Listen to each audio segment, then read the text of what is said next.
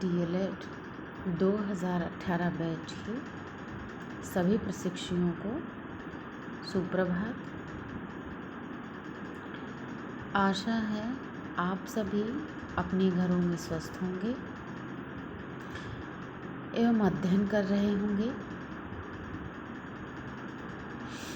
जो भी आपका पाठ्यक्रम है उसका अध्ययन कर रहे होंगे। पिछले टॉपिकों में हमने विविध कवियों की चर्चा की, कवयित्री महादेवी वर्मा की चर्चा की।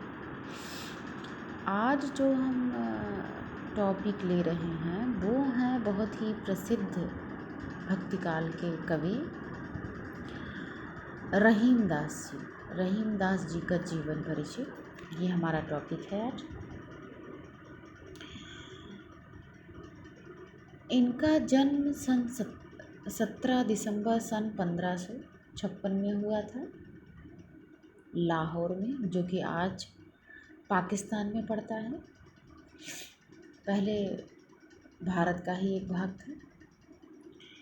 इनके पिता का नाम बैरम खां था। इतिहास में बैरम खां का बहुत ही महत्व है, विशेषकर मुग़ल काल के अकबर शासनकाल में, क्योंकि ये अकबर के संरक्षक थे बैरम खां, और मुग़ल बादशाह बाबर के बहुत ही विश्वास पात्र थे। हुमायूं के बहुत ही विश्वास पात्र थे, बाबर के नहीं, हुमायूं के बहुत ही विश्वास पात्र थे बैरम खां। इनकी पत्नी का नाम महाबानू बेगम था, जिनसे इनको 2 पुत्र और 3 पुत्रियां थीं। इन्होंने 2 विवाह और भी किए थे। ये भक्ति काल के कवि हैं और इनकी मृत्यु हुई सन 1626 ईस्वी।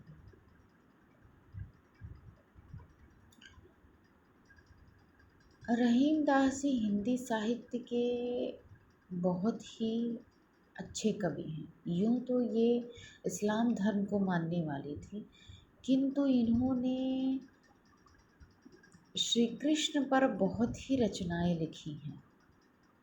ब्रज भाषा का भी प्रयोग किया है इन्होंने अपनी रचना में। दोहा, सोरठा, छंदों का भी उपयोग किया है।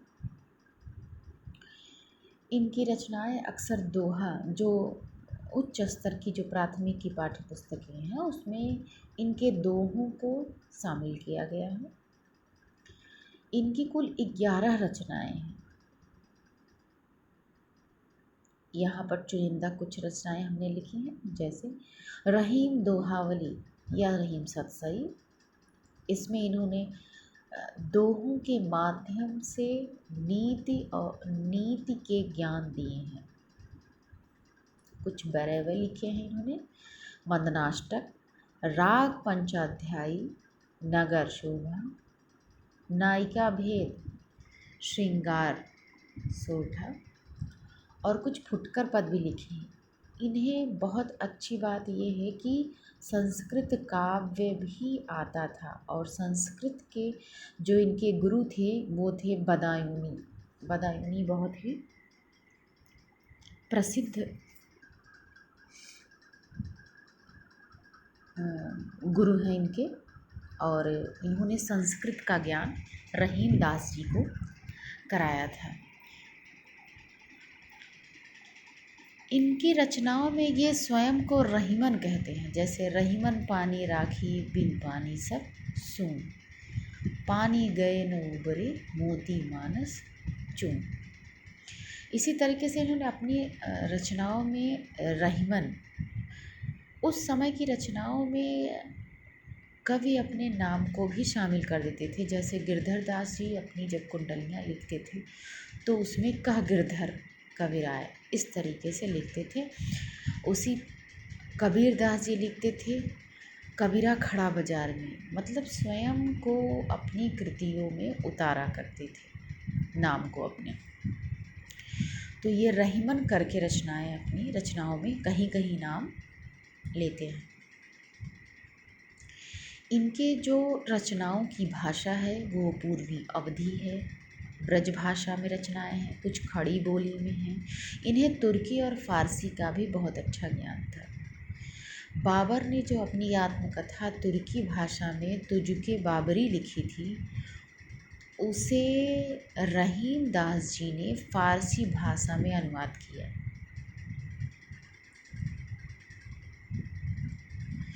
इनकी रचनाओं में तद्भव शब्द प्रमुख रूप से हैं।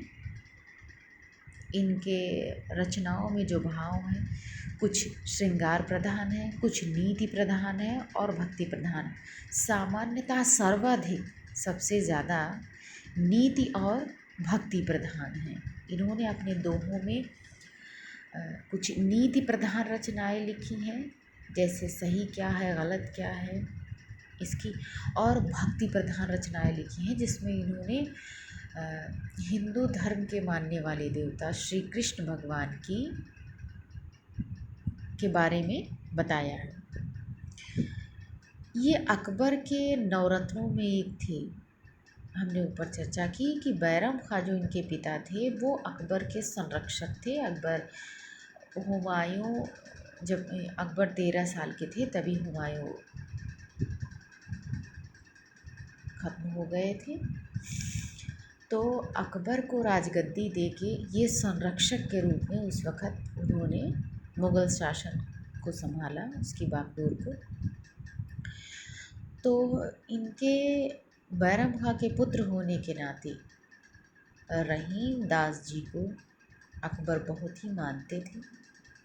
बैरम खां के मरने के बाद इन्होंने अपने बेटे के जैसे रहीम दास जी को पाला पोसा, और इनकी रचनाओं की प्रसिद्धि के कारण इन्हें अकबर ने अपने नवरत्नों में शामिल कर लिया। ये उनके नवरत्नों में से एक थी। अकबर ने ही इनको खानखाना, गुजरात युद्ध होने के बाद इन्होंने अभूतपूर्व अपनी शौर्य और वीरता का प्रदर्शन किया, जिससे खुश होकर के अकबर ने इनको खानखाना की उपाधि दी। इनका पूर्ण नाम था अब्दुल रहीम खानखाना। जो इनका बचपन का नाम रखा था वो अब्दुल रहीम खानखाना था। इन्हें मिर्ज़ा खां की भी उपाधि अकबर ने ही दी थी, और अपने दरबार में एक उच्च पद भी दिया था इन्हें।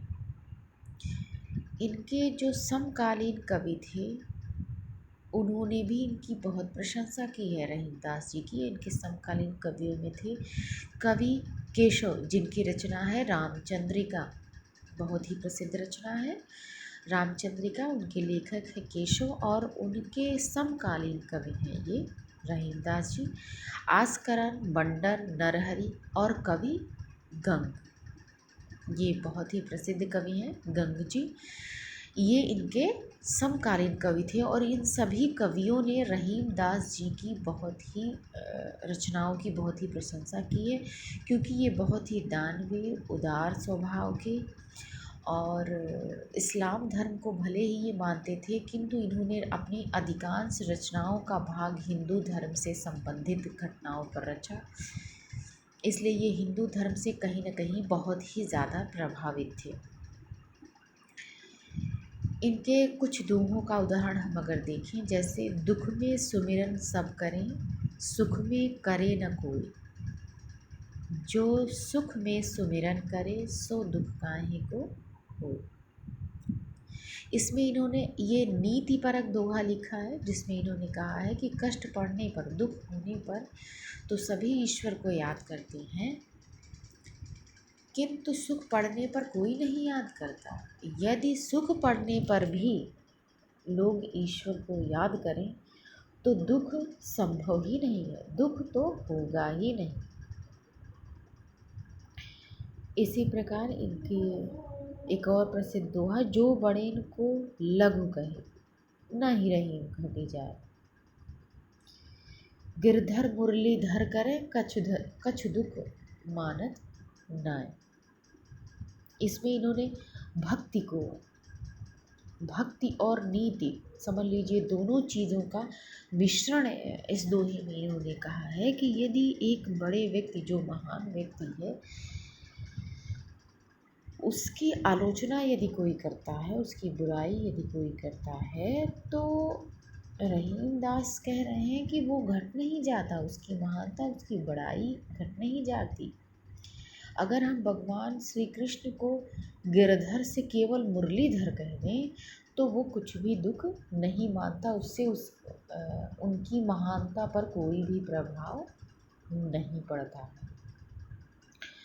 तो ये इनके नीति और श्रृंगार प्रधान, इसी प्रकार नीति और भक्ति प्रधान दोहे हुए। इसी प्रकार इन्होंने ढेर सारे दोहे अपनी रचना रहीम दोहावली में दिए हुए हैं। अंत में इनका जो 70 साल की आयु हुई जब इनकी, तो इनकी मृत्यु जो है 1626 ईस्वी में हो गई।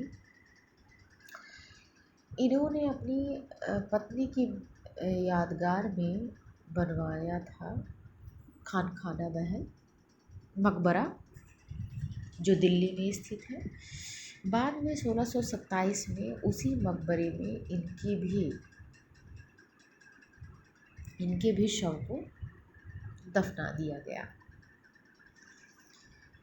और इस प्रकार जो है ये हिंदी साहित्य के, जो इस्लाम धर्म को मानने वाले थे किंतु उन्होंने हिंदू धर्म की अधिकांश रचनाएं रची, ऐसे महान कवि का जो है अंत हो गया।